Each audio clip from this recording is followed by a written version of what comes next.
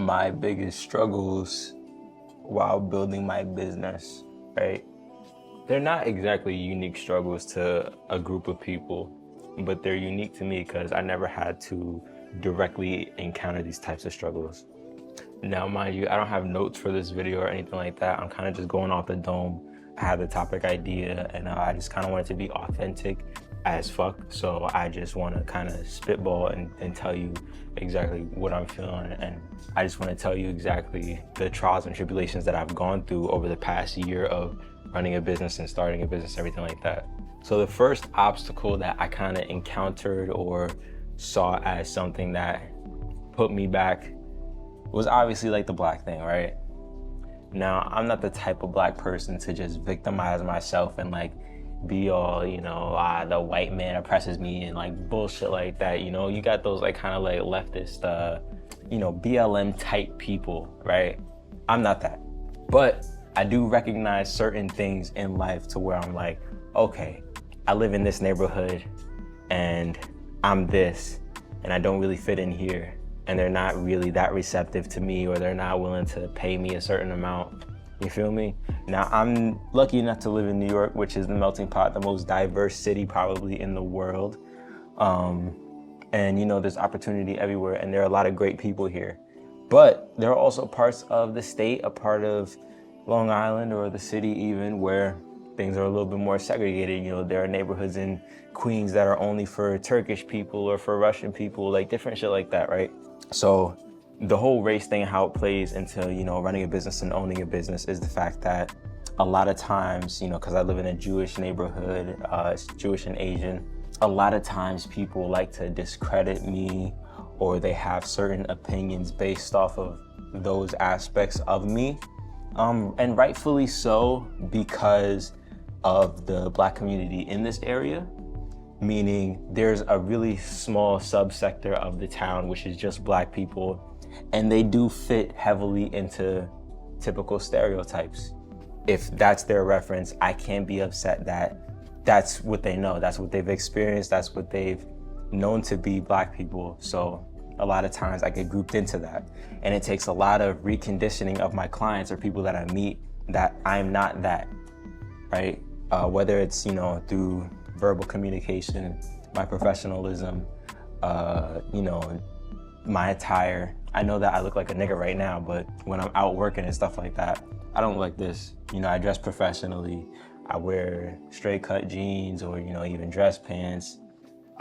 So that's definitely one thing that I've noticed, is that race does play a factor, especially because the fact that I go in person and I'm active in the community to a sense. I go door knocking, I walk around with my fucking camera, I walk around with my white girlfriend and everything like that. So it's always, it's always interesting, nonetheless. Secondly, is that you need to have a car to really succeed. Of course, you don't have to have a car to see results, but in terms of living a little bit outside the city, I live in Long Island. So living a little bit outside the city and outside of public transportation where it's readily accessible, like buses and trains and everything like that, you need to have a car to really reach the level of success that you want to, or else you're gonna be hindered by transportation, bro. For me, running a video business, I have to travel to clients, I have to do this and that, I have to have meetings, drive there, drive back, this, that. And luckily enough, when I started my business, I started dating my girl. And she was selfless enough and, kind enough to drive me everywhere, take me where I needed to go, take me to my shoots, take me to meetings, anything like that. And she would fucking stay in the car and wait. Or maybe she'd go to Starbucks and shit like that. And she didn't expect anything in return other than, gas money, maybe some Starbucks. But outside of that, she didn't expect any fucking thing. And she helped me save and work up to getting a car of my own. And then once I got my car, first 2 weeks of having my car, I got 2 jobs for $1,000 each, one in the city and one way out east. And of course, that's not a crazy number, but it's like doing it solo. And just the fact that having a car allowed me to now travel wherever the fuck I want to within this area, tri-state, whatever the fuck, right? Now I have a car and I'm able to just go. You know, somebody's like, hey, like, can we have a meeting? Bet, I'm there. You know, I don't have to say no, I can't, or I'm booked out and lie and say I'm booked out. I don't even be booked out. I just don't have a way to fucking get there, bro. So now I do, and already the opportunity has provided itself, or the opportunity has presented itself. So that's just something that I wanted to share with you, because a lot of you that may be a bit younger or maybe in a similar predicament where you don't come from much, you weren't handed anything, or you got bad luck and shit like that. Like for me, I bought 5 cars and they all crapped out on me within the first 2 weeks. So I got shitty luck with cars. But like, you know, if you got any of those types of disadvantages, it'll work out eventually. You know, and you never know when it'll work out, but it'll work out eventually. You know, it's just about having good people around you and kind of find workarounds to reach your goal.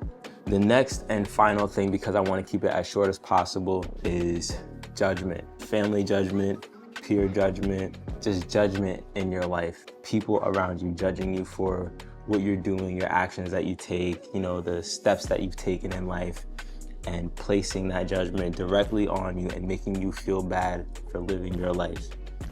That is one thing that has happened to me. Now, it doesn't happen to me anymore exactly. Of course, people have their judgments, but most people know not to do that to me.